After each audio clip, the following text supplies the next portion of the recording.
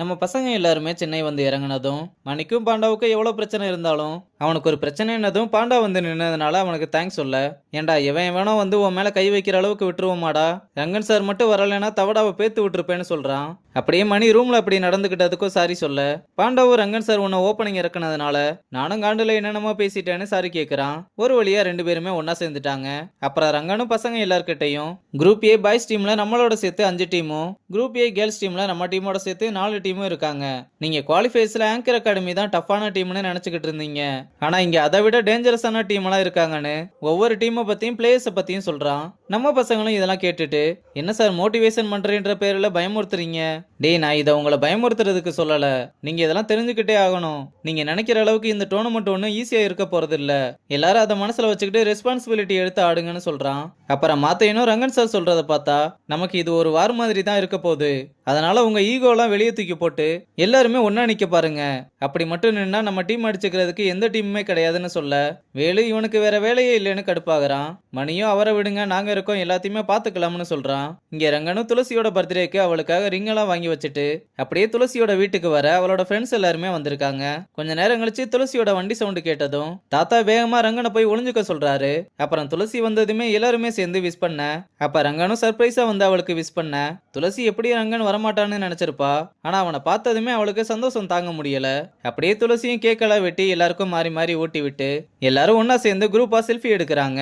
அப்ப calling bell அடிக்கிற sound கேட்டதும் யாருன்னு வந்து பார்த்தா அம்மாவும் ராஜுவும் வந்திருக்கத பார்த்து துளசி ஷாக் ஆகுறா. அப்ப தாத்தா வந்து உங்களை யார் வர சொன்னதுன்னு கேட்க, இல்ல தாத்தா இருக்கட்டும் பரவாயில்லன்னு உள்ள வர சொல்றா.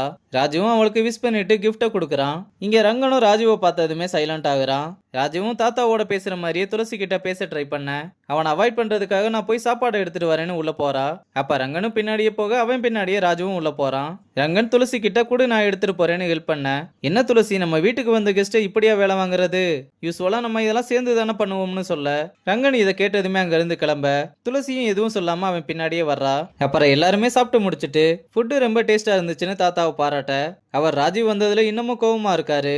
அப்ப ராஜீவ் நைஸா துளசியை சொந்தம் கொண்டாடுற மாதிரியும் ரங்கனை ட்ரிகர் பண்ணி விடுற மாதிரியும் பேசிக்கிட்டே இருக்க, அவங்களோட லைஃபை அவங்களுக்கு டிசைட் பண்ற உரிமை இருக்கு, நீ சொல்றது உண்மைதான், ஆனா அதுக்கு தான் விடவே இல்லையே. ஒருத்தனோட அப்ஸ் அண்ட் டவுன்ஸை பாக்குறதுக்கு முன்னாடியே விட்டுட்டு போயிருவாங்க. ஃபர்ஸ்ட் நான் நெக்ஸ்ட்னு இழுக்க, இது துளசியோட பர்த்டே பார்ட்டி, இங்க என்ன பேசணுமோ அதை மட்டும் பேசினா எல்லாருக்கும் மரியாதையா இருக்கும்னு வான் பண்ண, என்ன போலீஸையே மிரட்டி பாக்குறீங்களா? இல்ல நீங்க ஒரு போலீஸ் மாதிரி பிஹேவ் பண்ணா நான் ஒரு கோச் மாதிரி பிஹேவ் பண்ணுவேன்னு சொல்றான். துளசியும் ஒரு மரியாதைக்கு உள்ள விட்டா என்ன ஓவரா பேசிக்கிட்டு இருக்கேன்னு கேட்க, இவனை பத்தி பேசினா உனக்கு என்ன வலிக்குது? டேய் சும்மா இருடா, கோவத்துல இப்படி எல்லாம் பேசிக்கிட்டு இருக்காத. அம்மா இருமா, என் பொண்டாட்டி கிட்ட பேசுறவன் நல்லவன், அதை ஏன்னு கேக்குற நான் கெட்டவனா?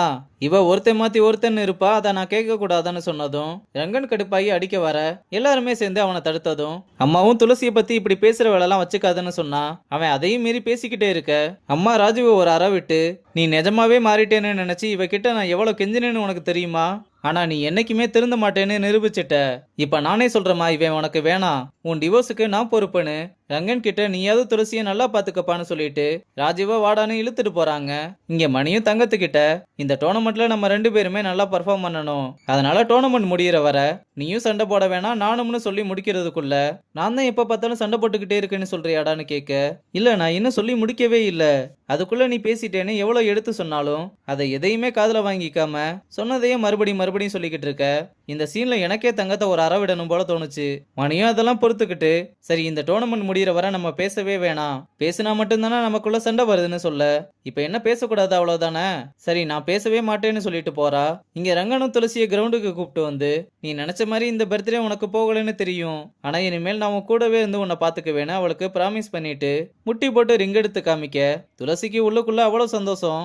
அப்படியே நம்ம பையனும் கையை பிடிச்சு மோதிரத்தை போட்டு விட்டுட்டு, ஐயோ நீ ஓகே சொல்றதுக்கு முன்னாடியே போட்டு விட்டுட்டானே, நீ ஆல்ரெடி லேட்டுன்னு சொல்ல, ரங்கனும் சிரிச்சுக்கிட்டே ஐ லவ் யூ சொல்லி அவளை கட்டிப்பிடிக்க, வானத்துல அந்த 3 லக்கி ஸ்டார்ஸும் தெரியுது. அதை பார்த்துக்கிட்டே துளசியும் ஐ லவ் யூ சொல்றதோட இந்த எபிசோட முடிச்சிருக்காங்க.